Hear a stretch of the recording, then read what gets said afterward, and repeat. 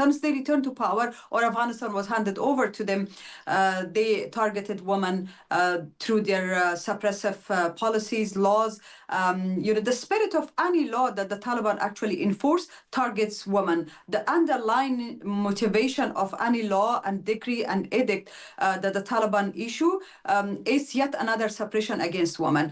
In the contrary, in another article, for instance, it says if any human beings hurt an animal, that human being will be sentenced to 5 months of imprisonment. So actually, the value of an animal is in this law more than the value of a human being.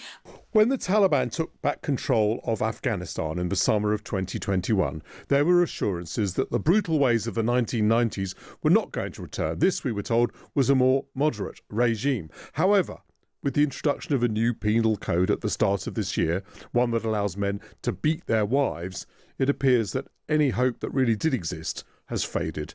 The only restriction to the law is that the beatings don't lead to broken bones or open wounds. However, if a woman wishes to accuse the husband of this, she must present her wounds to a male judge while remaining fully veiled and accompanied by a male guardian. There's also nothing in the code prohibiting physical, psychological or sexual violence against women. The issue has received little international attention, so let's speak to Fawzia Koofi, Afghanistan's first female Deputy Speaker of Parliament, a former peace negotiator with the Taliban. Tell us more about this and what it means. Thank you very much indeed for joining us. Can you explain how the code has been greeted in the country? Are there any men speaking out against it? Is speaking out against it impossible? Indeed, a lot of men, in fact, Islamic scholars actually objected the recent regulation, as they call it, penal code regulation by the Taliban, because it's not only targeting women, it's absolutely, targeting women, but also it's targeting the rest of the society other than Taliban. So this new penal code divides the society into 4 categories, putting the Taliban into a superior category and the rest of the society into, bad and worse or better and good, so to say, giving the ownership of a human being to another human being, basically legalizing slavery. And most of the new regulation covers or addresses or underlines women issues and suppression against women. You mentioned one of the articles that says if a woman is beaten up by her husband to the extent that she has bone rupture or bruise, and she can prove that with the court or before the court, the husband can be sentenced to 15 days of imprisonment in a situation where there is no woman lawyers, judges, defense lawyers. The law on violence against women that I personally invested a lot of time in 2009 and onward, and it was enforced by a presidential decree, is dismantled. The Ministry of Women's Affairs is replaced with the Ministry of Vice and Virtue. How can a woman even dare to go to a judge, even if she has a bone rupture or serious injury as a result of violence?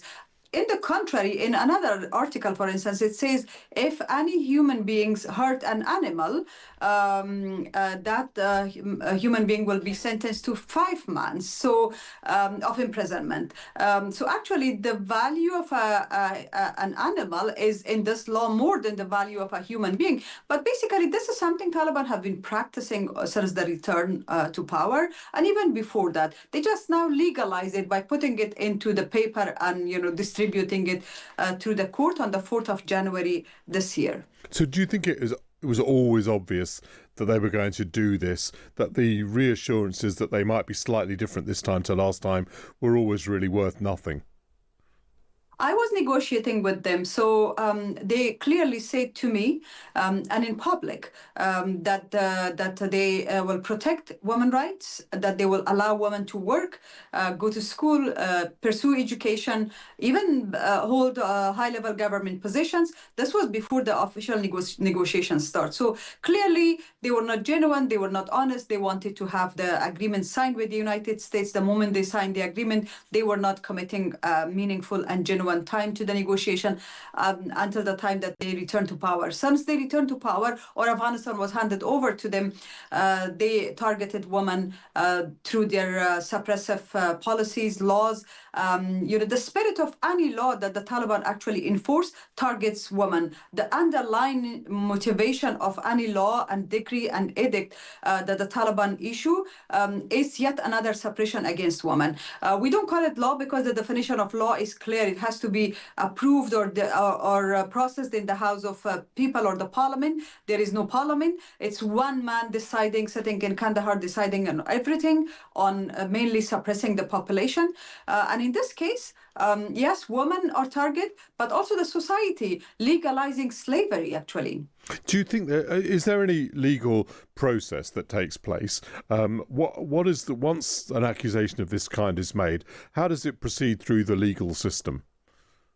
They do have courts. All the judges are men, obviously, and all the judges, or most of the judges, are the Taliban. In fact, I remember in my constituents where I come from, in my province, one of the Taliban court decided to execute a woman, or a couple rather, with accusation of adultery.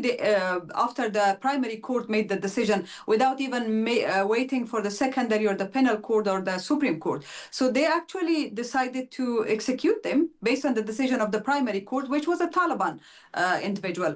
Once they were executed, the upper court decided, or conclusion was that they were not guilty, and so they should be released while they were already executed. So unfortunately, in the absence of access to lawyers, access to evidence, access to witness or any kind of due process of trial, it's basically Taliban deciding for the rest of the society. And in this case, women are the main victim because how can there is no female lawyer, there is no female judge, there is no defense lawyer, and women don't dare even to get out of their homes. And what strikes me the most is that this is regarded as a normal process. This is either justified as part of our culture or religion. And in fact, many religious scholars actually voice their concerns about the recent penal code. But the international community seem to be like just taking photos with the Taliban and expressing their pleasure by meeting the Taliban, which actually emboldens their position, emboldens their suppressive policies towards women. Well, that was Fawzia Koofi, Afghanistan's first female Deputy Speaker of Parliament and former peace negotiator with the Taliban, with that sobering account.